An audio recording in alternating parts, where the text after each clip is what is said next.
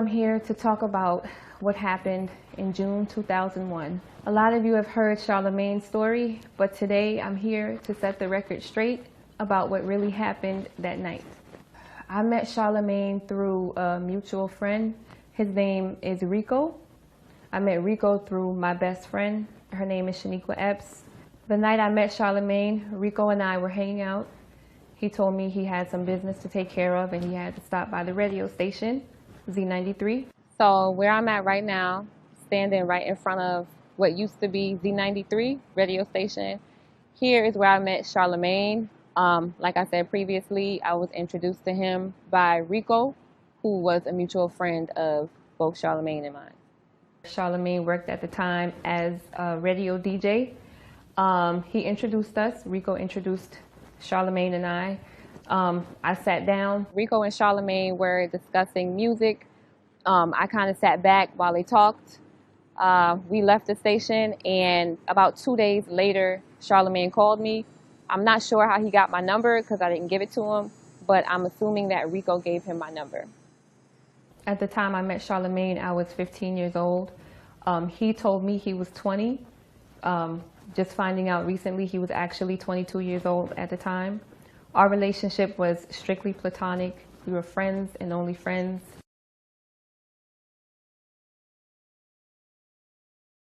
This is where Charlamagne came to meet my mom for the first time. Came upstairs to this apartment here to my left. Came to meet my mother, spoke to her, introduced himself. And on that day, he took me and my best friend out to lunch to a Chinese buffet. I knew him about maybe, I want to say, a month and a half before the incident. He also, during that time when he introduced himself to me, he said that he would watch over them and promised that they would be fine, and I had nothing to worry about, that they would be safe with him. He came off like he was a brother to a sister kind of relationship. And I trusted this person and allowed my daughter and her friend to go and have lunch at that time. I did not know, and I want to stress it very clearly, I did not know his age at that time.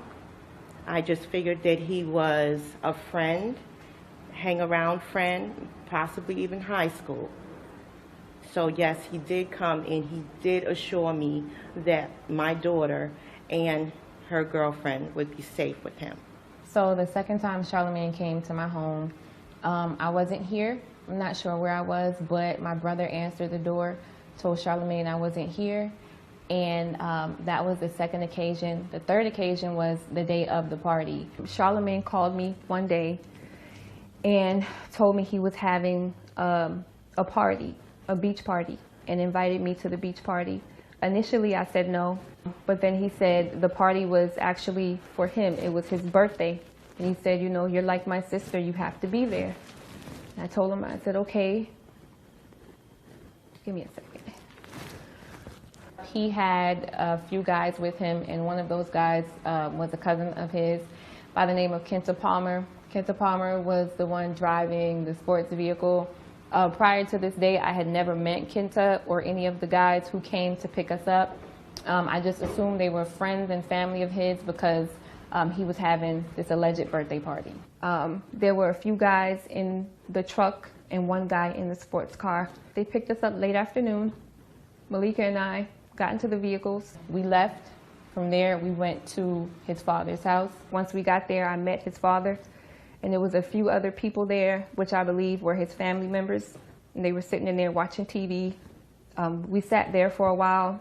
We left his parents' house and got into the vehicles and drove to, I believe it was a gas station. At the gas station, Malika called my mom to check in, to let her know we were okay. I believe Charlamagne and someone else got out and went inside the gas station, came back into the vehicles, and then we drove to the villa. Once we got there, went inside. Give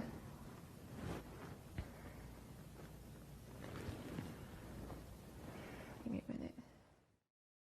Villa number 30. This is where the party was. Me and Malika walked into the party with Charlamagne, his friends and cousins. I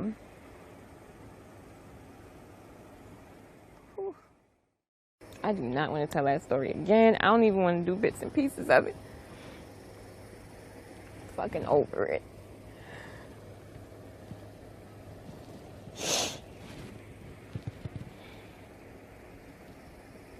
Malika and I sat down and Charlamagne asked us if we wanted something to drink. Malika took a drink, but I told him I was fine, I didn't want to drink. But it's like he kept pressuring me to drink. He was like,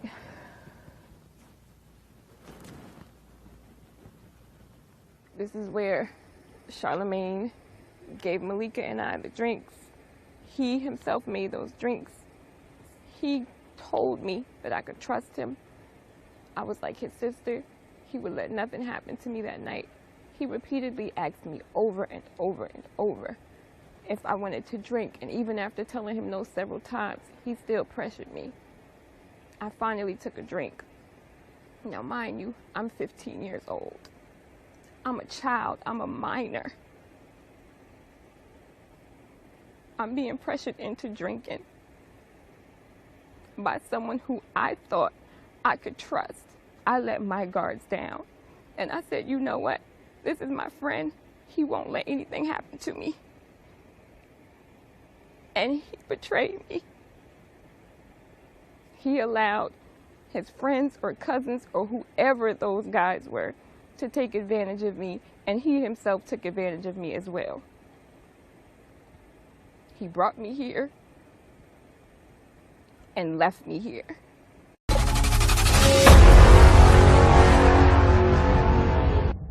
All right, good evening. This is the Star Report. My name is Star. I'm your host, and I have Malika Joyner on the line with me, the friend and relative of Jessica Reid, who was indeed raped in 2001 in South Carolina at a party where Leonard McKelvey, also known as Charlamagne, did take a plea to contributing to the delinquency of a minor. But Malika, you have come forward. You contacted me, and you want to tell. Yes.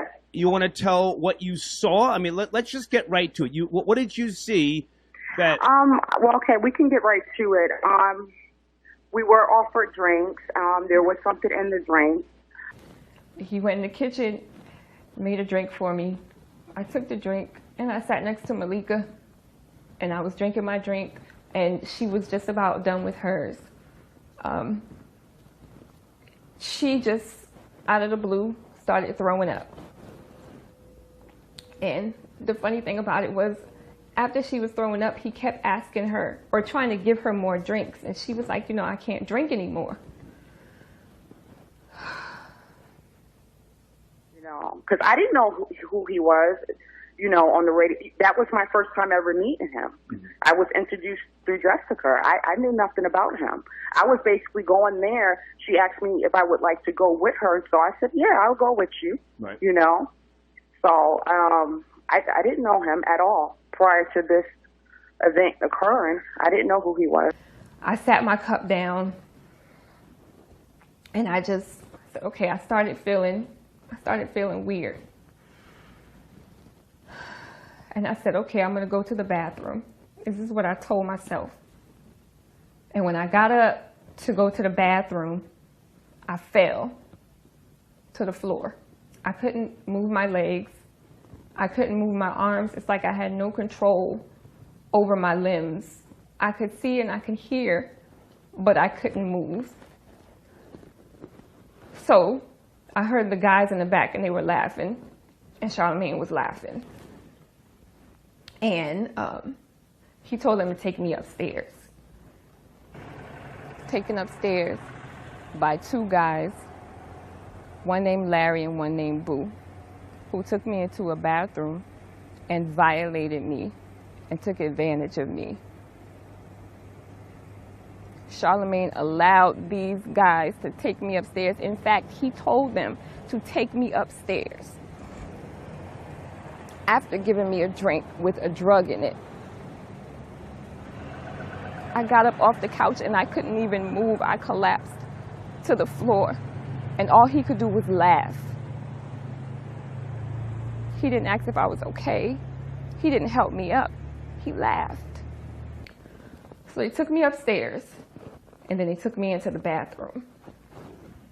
I did see two people escort her upstairs, but like I said, I myself was I was throwing up and so forth. I was out of it too, but I was still able to know what was, able to see and hear what was going on. But it was like everything for me was slow motion. But she was escorted up the stairs with two gentlemen. Okay. They took me upstairs and took me into the bathroom. And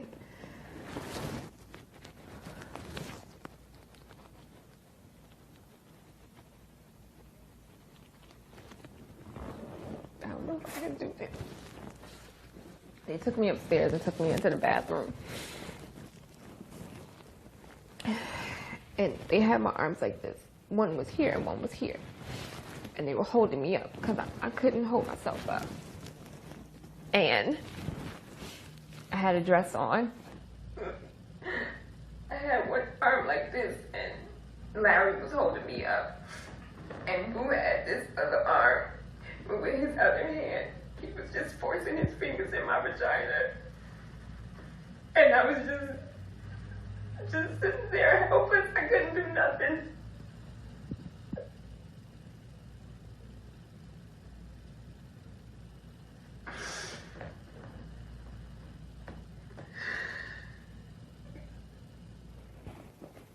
I cannot do this.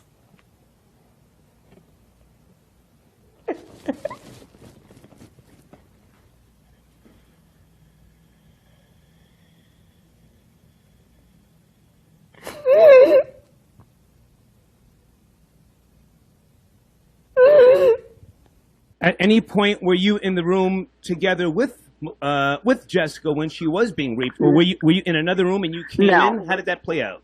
No, she was upstairs. I was downstairs. Okay. When they were finished, they just left me in the bathroom and I fell to the floor. And I was just laying on the floor crying. I was just laying there. And then somebody came into the bathroom, picked me up, and put me in the bedroom.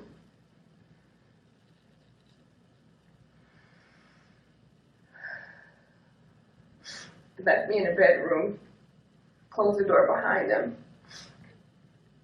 I don't know how long I was laying there for, but Larry ended up coming in the bedroom.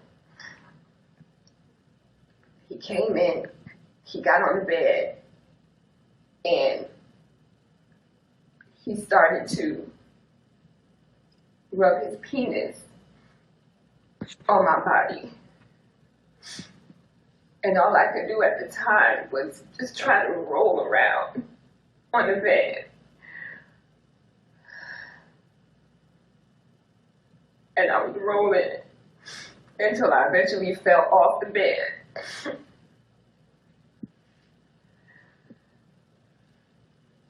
I don't know. I don't even know how I got back onto the bed.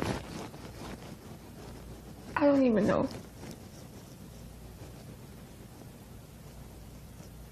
But he left. And then Charlamagne came into the room. And I saw Charlamagne's face with my own eyes. When he opened that door, I saw his face. I saw his face. I heard his voice while he was raping me. There's nothing that nobody can say. And started taking off my clothes. And started talking to me in the process. And he kept saying things like, I told you I was going to take care of you and nothing was going to happen to you.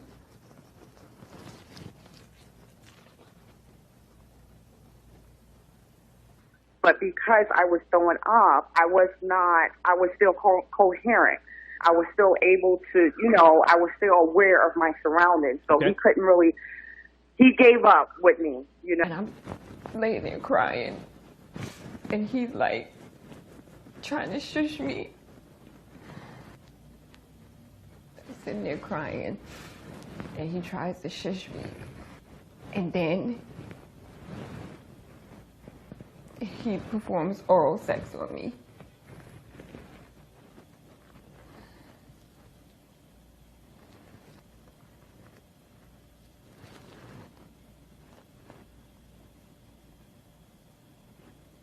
And then he rapes me. And I was trying to move, but I don't know, he was heavy. And it was like nothing I could do. I was downstairs when Jessica went upstairs to the bathroom, and she was gone quite a while. At that time, I was thrown up and so forth, so it took me quite a bit of time to get to her. But what made me get up to get to her, not even that she was gone for so long, but I heard yelling and screaming, a lot of noise, and like something wasn't right. So that's what made me get up to go find Jessica. And in the process of me finding Jessica, I did see Charlamagne on top of Jessica. I did see Charlamagne on top of Jessica. I did see Charlamagne on top of Jessica. And Jessica was very hysterical. Oh gosh, it was horrible. I was laying on the bed with no clothes on, and I remember somebody opening the door. Okay, so you went upstairs and you had to push your way into the room, or the door was open? What? No, the door was closed. It was not open whatsoever. I had to literally get in. I don't know how, but I mustered up the energy to get in that room. Okay. And like I said, I did see Charlamagne on top of Jessica. And in the process, because it was more of a shock, like how did she get in here? You know, he jumped off her and proceed to run out. Mm-hmm. So when you came into the room and you claimed that you... Jessica was hysterical. She was yelling and screaming. I'm trying to figure out, you know, I'm just in shock because I couldn't believe what I saw. Mm-hmm. Like, I was really like, oh my gosh, you know, like, she was, and I'm trying to calm her down and just be there for her. And she had no clothes on. It was horrible. You know, she was yelling, screaming, saying they raped me, they touched me, you know, and it was, wow, it was a lot to take on. So when you came into the room, did you see, I'm sorry, when you came into the room, did you see Charlamagne's pants down, or did you see him naked? What was... His pants was down. Yes, his pants was down. When he jumped up, he pulled everything up. Okay. And ran out the room.